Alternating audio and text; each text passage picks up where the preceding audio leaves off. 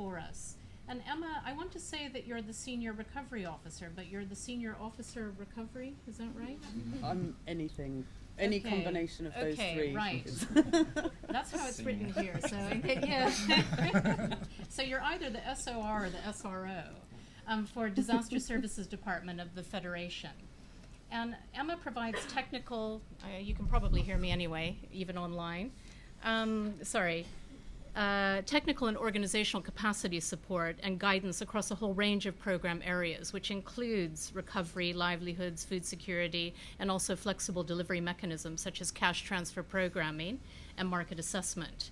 And Emma's had over 5 years of operational and capacity building experience with Oxfam and the Red Cross in over 10 countries. And she was previously, as I mentioned earlier, the predecessor of Nicola, and was actually the person that we originally talked to about taking this GPR forward. And she also brokered the partnership between IFRC and CALP, and so we thank her for that.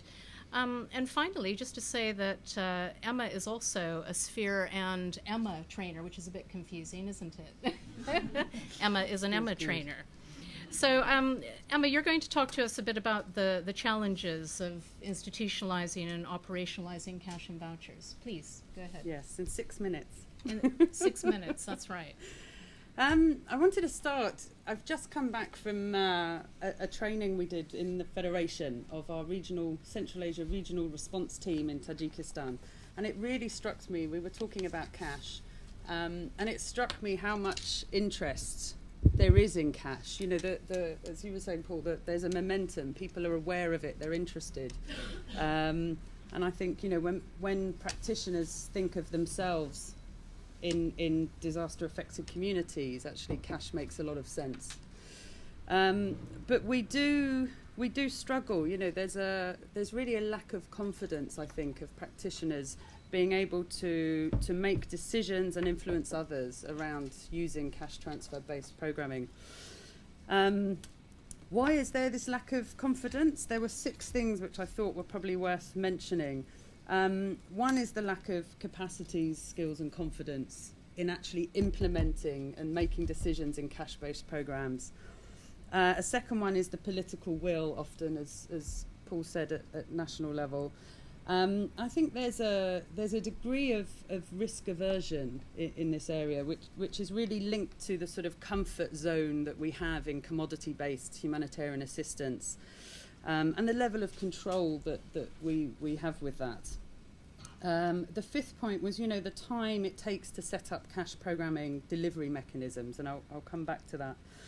And the last is sort of donor funding architecture, and really, you know, concerns or nervousness, again, a sort of risk-adverse attitude to mass-scale unconditional cash in relief settings.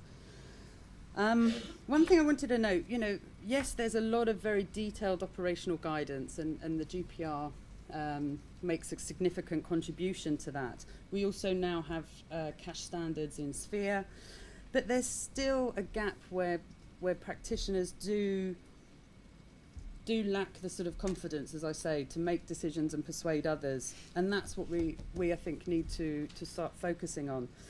We've got specific capacity building efforts across the sector, not least the CALP partnership with ECHO supporting, which aims to build the confidence, knowledge and skills, but much more needs to be done. I think, you know, some of the concerns or that people quote when you talk about cash at a programming level, a lot of those myths, if you like, have been sort of challenged by the research, particularly that CALPA have and are leading on. But yet those myths persist. And that really brings me to talk about this risk-adverse approach to cash by many agencies. I mean, I think the Good Practice Review noted that we're beginning to move towards more cash, but we still adopt a sort of piloting approach to cash rather than moving forward, and large-scale programs still remain quite rare. I think the DFID HER, I'm sure Tim will mention that, but it was very clear, you know, that the benefits of cash are acknowledged, but actually adoption at scale has been quite frustratingly slow.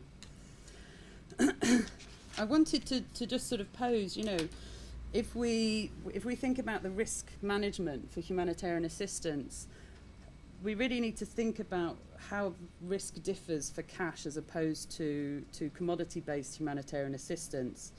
I think there's certainly my own organisation and others, there's a preference for commodity-based because of the easy visibility that you receive from NFIs.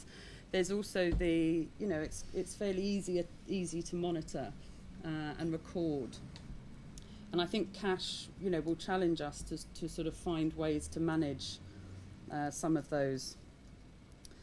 I think, we know that a combination of commodity and cash-based response is usually a good way to go in programming. And so we need to deal with this risk-averse approach to cash and look at how we can actually manage risk for both mechanisms. And then one of the last things I wanted to talk about was there's been a number of recent program evaluations, the CALP delivering money research, some of our own internal evaluations coming from Haiti, where they note that really the lack of systems being in place lead to program delays when we try to do cash. The GPR also notes that actually, agencies try to set up systems as they're responding to the emergency, whereas actually that needs to be done before. I think things are changing. Many agencies now are looking at institutionalizing these cash systems.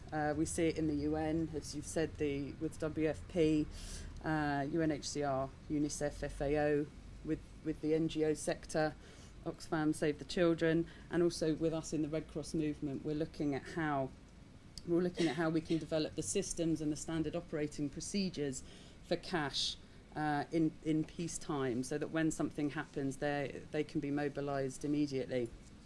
And that involves us reaching out and working from the beginning with non-programming staff, so logistics, finance, audit and reporting and risk management.